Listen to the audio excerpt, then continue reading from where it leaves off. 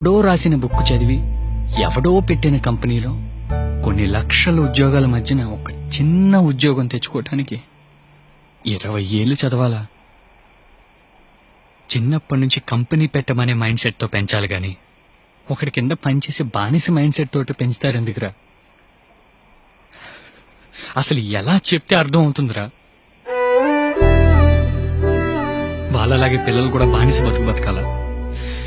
ఎవనంటే మన middle class, మన బతుకులు ఇంతే, వారానికి ఒకసారి చికెన్ తినాలి, పండగ వచ్చినప్పుడే కొత్త బట్టలు కొనుక్కోవాలి. ఛీ, ఇదో బతుకు.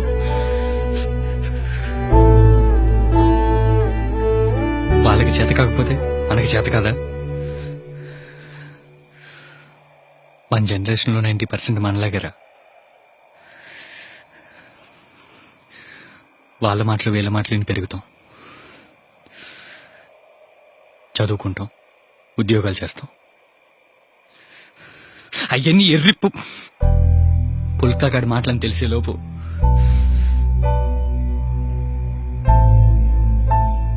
లైఫ్ అనే ఫుల్ బాటిల్లో క్వార్టర్ అయిపోతుంది.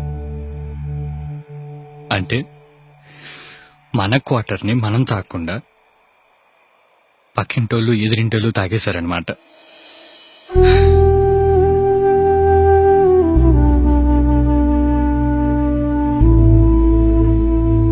ఆ పెంపకం వల్ల ఇంకా ఎంతమంది రజనీకాంత్ కండక్టర్ గానే ఆగిపోయారు, ఇంకా ఎంతమంది అమ్మాయిలు పెట్రోల్ బంకులను మిగిలిపోయారు.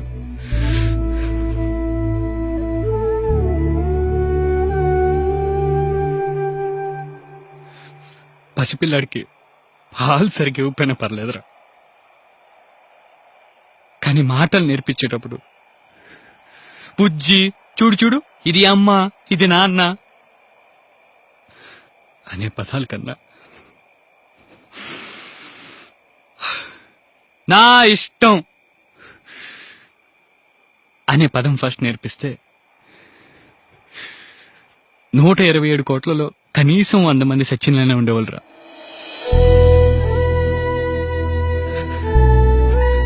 కానీ ఆ పదం ఎందుకు నేర్పిస్తారు? అమ్మా నాన్న ఇష్టం.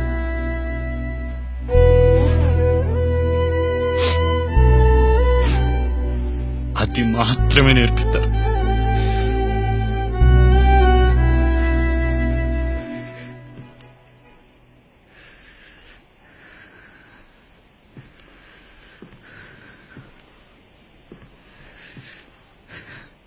బిల్ గేట్స్ కి, స్టీవ్ జాబ్స్ కి సాఫ్ట్వేర్ అంటే ఇష్టం రా, అందుకే అలా రేంజ్ లో ఉన్నారు.